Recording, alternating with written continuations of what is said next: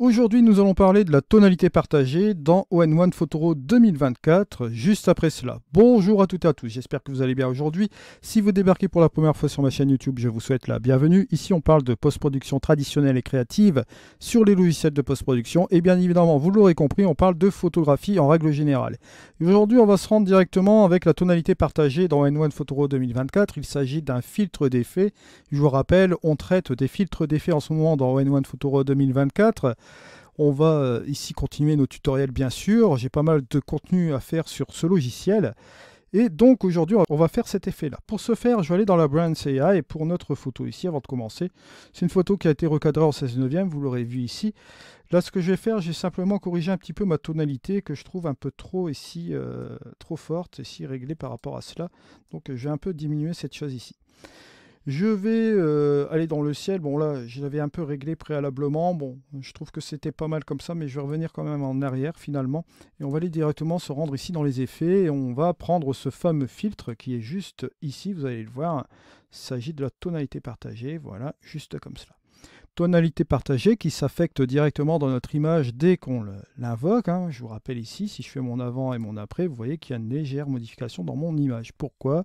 Parce que vous allez voir ici que déjà dans la couleur, on a une application d'un pré-réglage qui s'effectuait dès l'ouverture de ce filtre. Comme à notre habitude, nous avons toujours notre curseur d'opacité, le célèbre curseur d'opacité qui nous permet de régler l'intensité de ce filtre.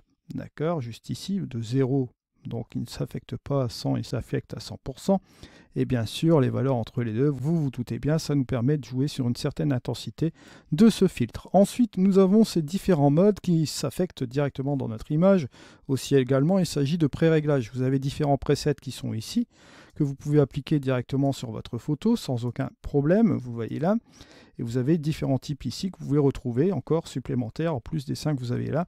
Et bien évidemment, on peut enregistrer un nouveau style si on veut faire notre propre style personnalisé qu'on va justement attribuer grâce à ces curseurs qui sont en dessous et dont nous allons traiter juste maintenant. Alors pour ce faire, je vais revenir encore une fois en arrière et retravailler sur ce preset d'origine qui est de la tonalité sélective ici. Je vais vous expliquer ces différentes fonctionnalités. On va travailler sur deux couleurs. Le but ici étant de coloriser un peu les couleurs des hautes lumières et des ombres. Vous avez les deux sections qui sont juste dans ce filtre. La couleur dans les tons clairs et la couleur ici dans les ombres. Donc, ton clair, comprendre les hautes lumières et les ombres par ici. La partie, les tonalités les plus sombres ici. Alors, on va pouvoir interagir avec ces deux parties de l'image, d'accord? Et donc, on va pouvoir nous mettre, pourquoi pas ici, une différente teinte et bien sûr intégrer un montant qui va nous jouer sur l'intensité de cette teinte. D'accord? On peut un peu mitiger dans ces tons clairs comme vous le voyez ici. Cette couleur va se retrouver dans ce petit carré-là. Et ce petit rond là que vous voyez, ces petites flèches plutôt, qui tournent, qui représentent un symbole qui tourne, on va en parler juste après que je vous aurai expliqué les ombres. Les ombres que vous avez ici reprend le même principe que les tons clairs, à part que là on va interagir plus sur cette partie-là de l'image, et bien évidemment, vous l'aurez compris, on va jouer aussi également sur la teinte, comme vous le voyez ici, on va interagir avec son montant, comme vous voyez là, et bien évidemment, ça va être aussi une couleur différente par rapport à celle des tons clairs, ou si vous voulez avoir quelque chose de similaire, vous pouvez aussi jouer sur la couleur similaire juste ici. Mais autant prendre le filtre si vous voulez jouer sur une couleur similaire. Là, c'est vraiment si vous voulez partager entre les deux zones ici dans notre photo, comme vous voyez ici. Ensuite, vous avez aussi également l'équilibre qui nous permet de donner une importance plus à la couleur des ombres ou bien des tons clairs. On peut bien sûr mitiger entre les deux. Alors bien sûr, là, ce que je vais faire pour que ce soit plus significatif, je vais monter davantage ce truc-là.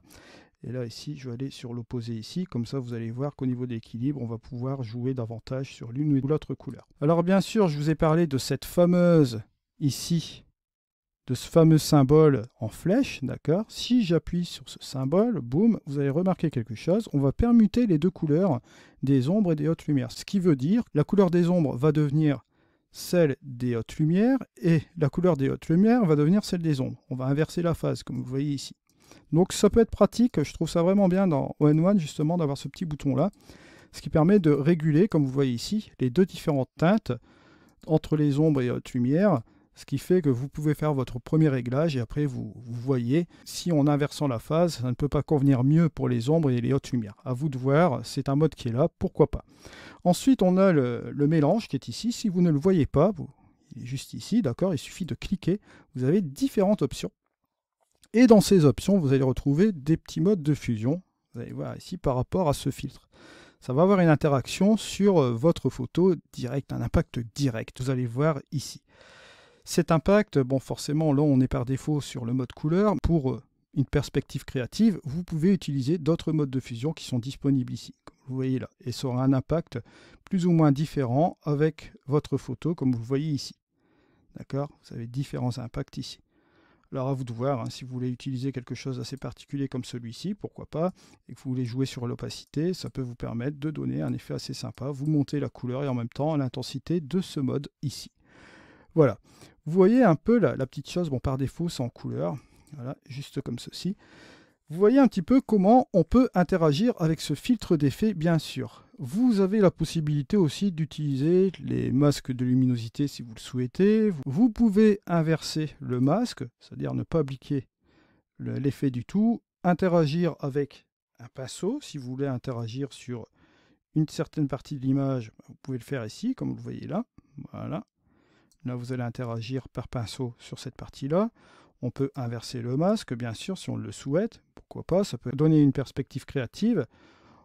Là, si j'applique mon masque, si on joue avec la plume, vous allez voir qu'on va avoir un mode de diffusion qui va s'appliquer sur notre masque, comme vous le voyez là. Donc au niveau des bords, vous allez voir qu'on va avoir des bords plus ou moins dissipés, ça va mieux se mélanger. Voilà.